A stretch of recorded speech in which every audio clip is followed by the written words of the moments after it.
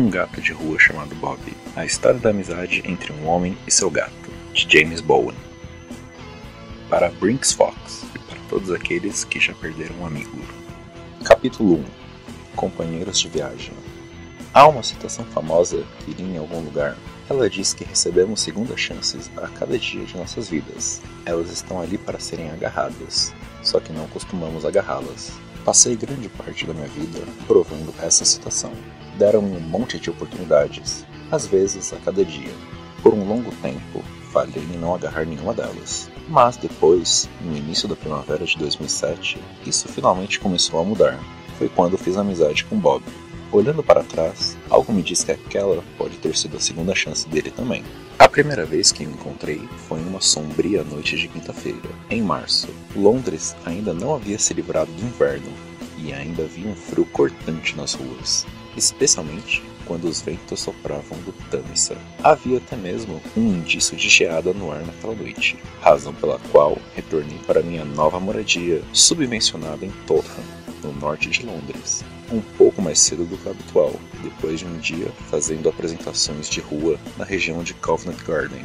Como sempre, trazia meu estojo de guitarra preto e a mochila pendurada nos ombros, mas naquela noite também tinha comigo minha amiga mais próxima, Belly. Nós havíamos saído juntos anos atrás, mas agora éramos apenas colegas. Pretendíamos comer alguma comida pronta e barata com curry e assistir a um filme na pequena televisão em preto e branco que eu conseguira encontrar em uma loja de caridade, virando a esquina. Como de costume, o elevador do prédio não estava funcionando, por isso dirigimos-nos para o primeiro lance de escadas, resignados em encarar a longa subida até o quinto andar. A lâmpada fluorescente no corredor estava queimada e parte do térreo estava imersa na escuridão, mas, enquanto caminhávamos para a escada, não pude deixar de notar um par de olhos brilhantes nas sombras. Quando ouvi um miado suave e ligeiramente melancólico, percebi o que era. Chegando mais perto, à meia luz, vi um gato laranja enrolado sobre o capacho de um dos apartamentos do andar térreo. No corredor que partia do corredor principal, cresci em meio a gatos e sempre tive certa queda por eles. Ao me mover até ele para olhá-lo melhor, constatei que se tratava de um macho.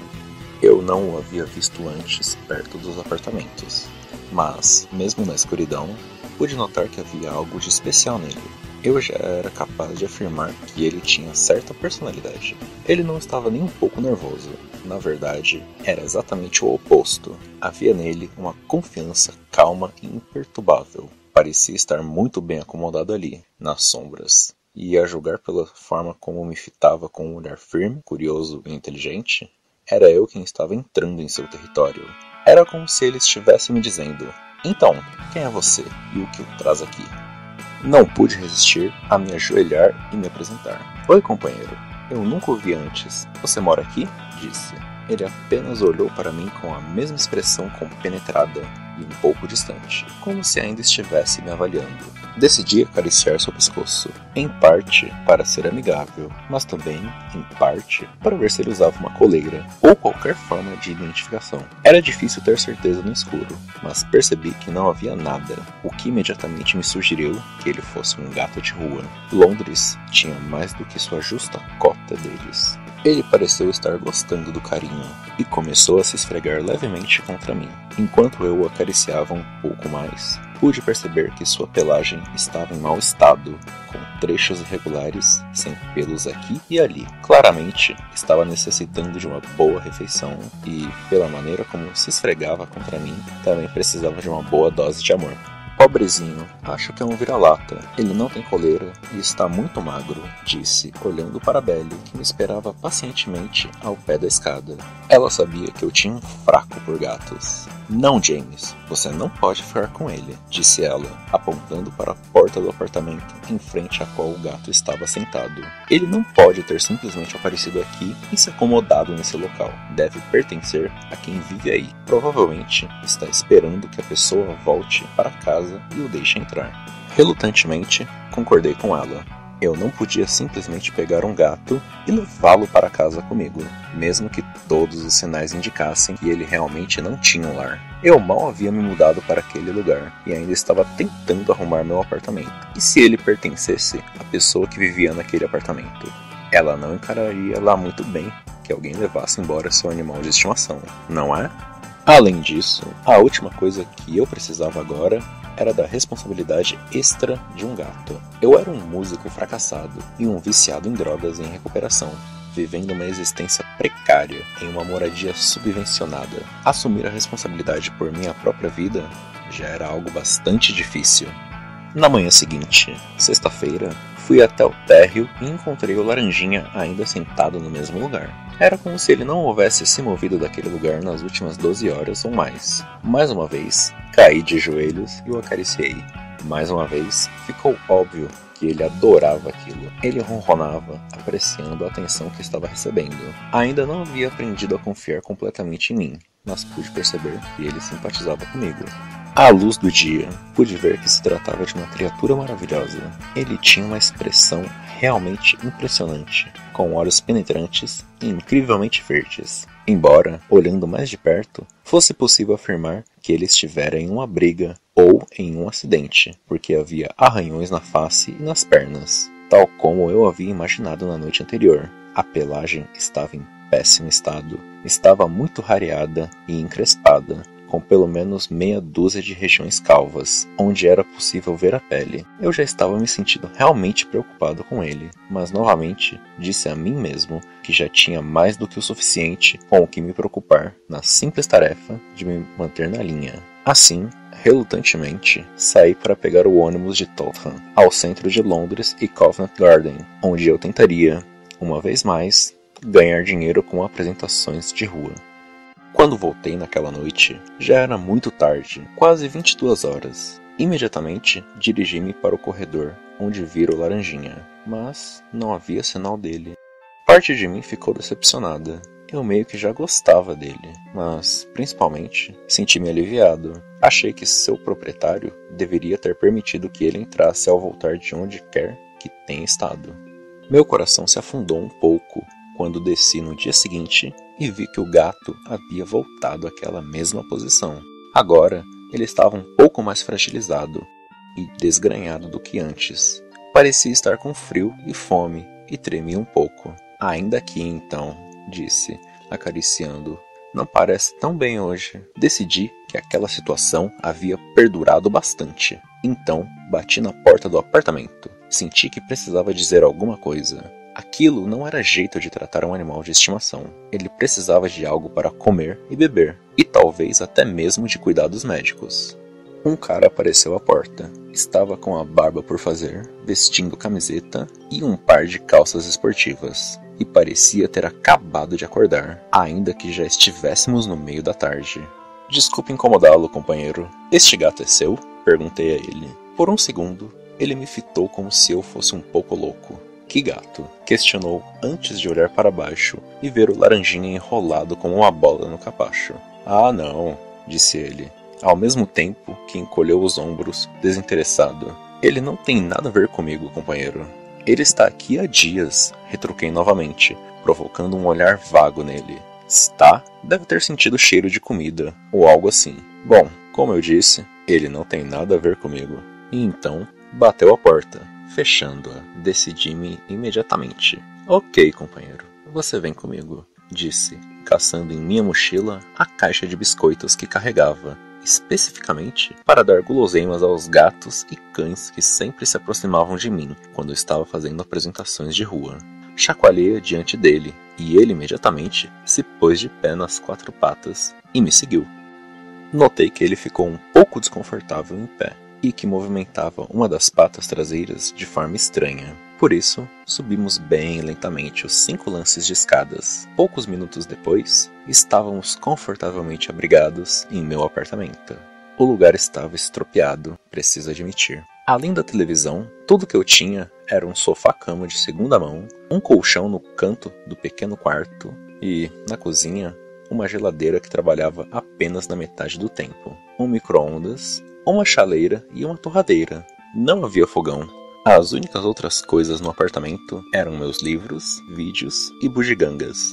Sou meio acumulador de tralhas. Pego todo tipo de coisas na rua. Naquela época, tinha um parquímetro quebrado em um canto e um manequim quebrado com um chapéu de vaqueiro em outro. Um amigo certa vez chamou meu apartamento de a velha loja de curiosidades. Mas, enquanto investigava o novo ambiente, a única coisa pela qual o Laranjinha ficou curioso foi a cozinha. Peguei um pouco de leite da geladeira, derramei em um pires e misturei com um pouco de água. Eu sei que, ao contrário da opinião popular, o leite pode ser algo ruim para gatos, porque, na verdade, eles são intolerantes à lactose. Mas ele bebeu tudo em segundos. Eu tinha um pouco de atum na geladeira, então misturei-o com alguns biscoitos esmagados e dei isso a ele também. Novamente, ele devorou. Pobrezinho, deve estar mesmo morrendo de fome, pensei comigo mesmo.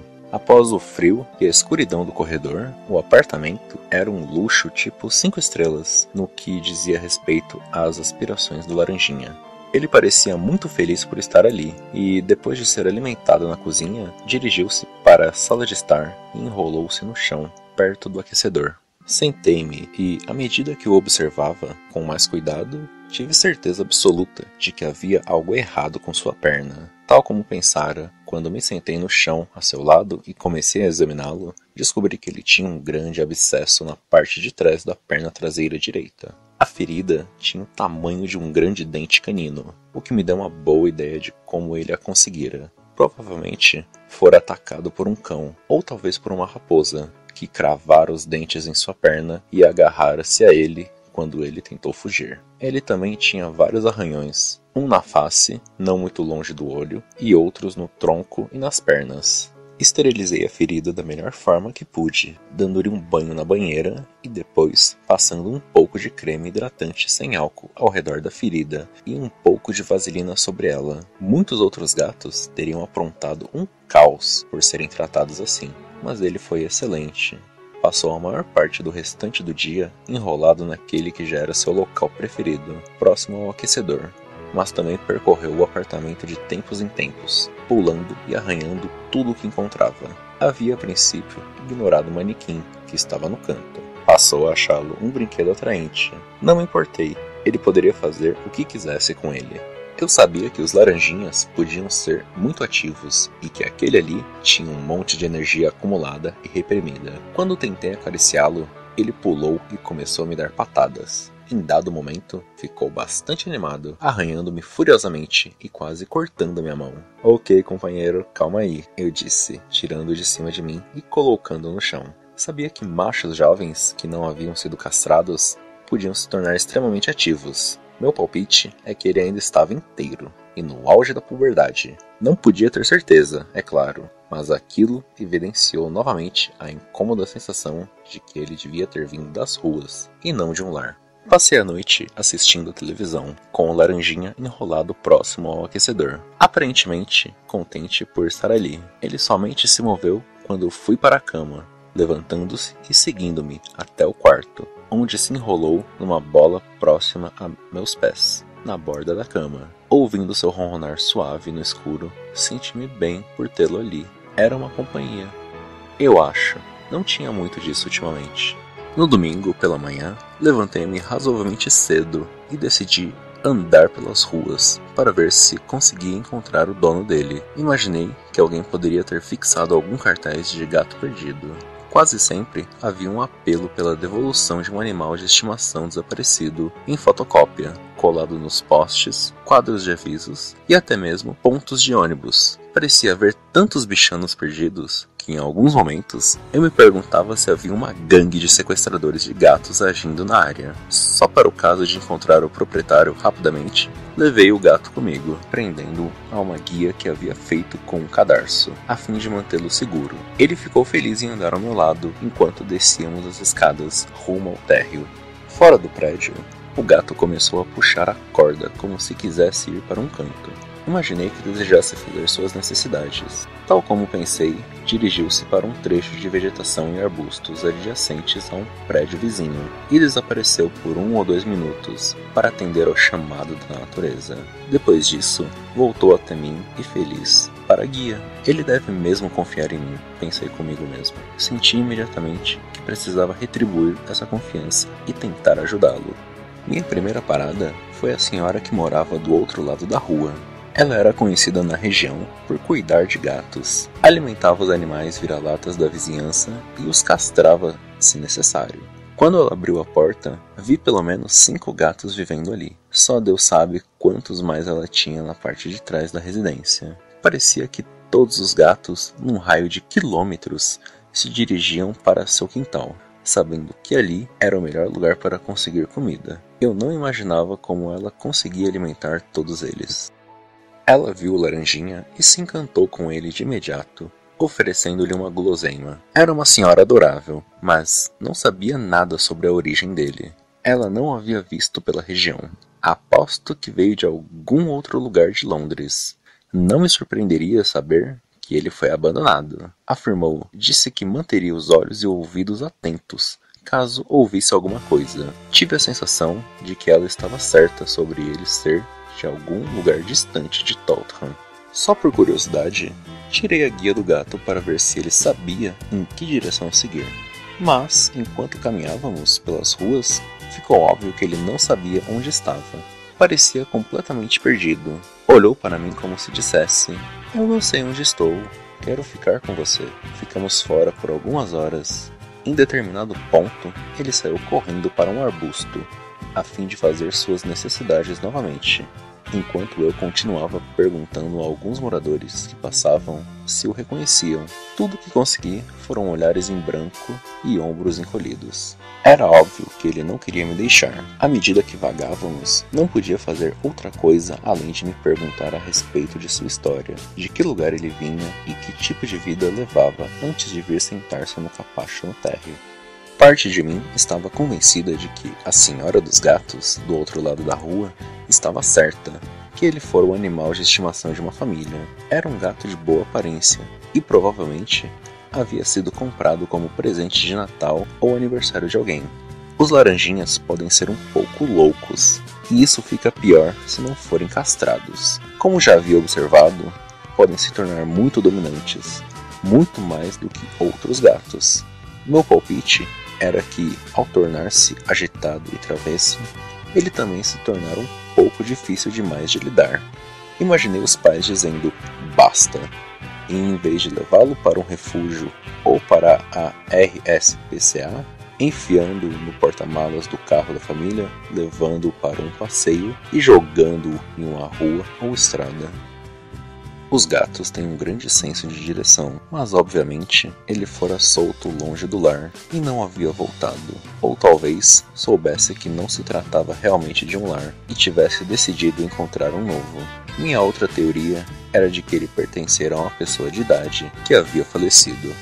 É claro, era possível que não fosse o caso. O fato de ele não estar habituado a uma casa era o principal argumento contra ele ter pertencido a alguém. Mas, quanto mais eu o conhecia, mais me convencia de que ele definitivamente estava acostumado a ficar perto de alguém. Ele parecia agarrar-se a pessoas que imaginava cuidariam dele. Foi o que ele fez comigo. A maior pista sobre seu passado era aquela lesão, que parecia horrível. Ele com certeza a conquistara em uma luta. A julgar pela forma como dela vazava pus, a ferida deveria ter sido feita havia poucos dias, talvez, no máximo, uma semana, o que me sugeriu outra possibilidade. Londres sempre teve uma grande população de gatos de rua, os quais vagam por aí vivendo de restos de comida e do conforto de estranhos. 500 ou 600 anos atrás, lugares como a Rua Gresham, no bairro financeiro Clerkenwell Green, e a Alameda Drury costumavam ser conhecidos como ruas de gato, e eram tomados por eles. Aqueles vira-latas eram os destroços e os refugos da cidade, andando a esmo e lutando pela sobrevivência a cada dia. Muitos deles eram como aquele laranjinha, criaturas espancadas e quebradas. Talvez ele tivesse visto em mim uma alma semelhante.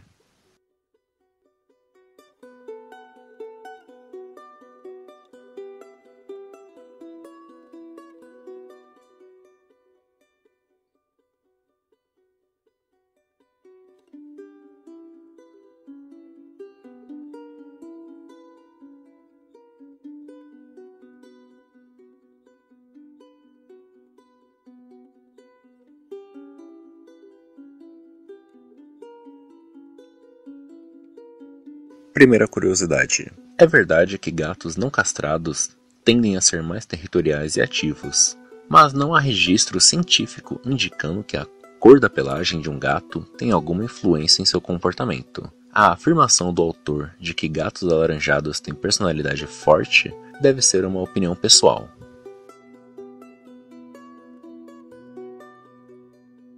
Segunda curiosidade. A RSPCA, ou melhor, a Royal Society for the Prevention of Cruelty to Animals, em tradução, Sociedade Real para a Prevenção de Crueldade com Animais,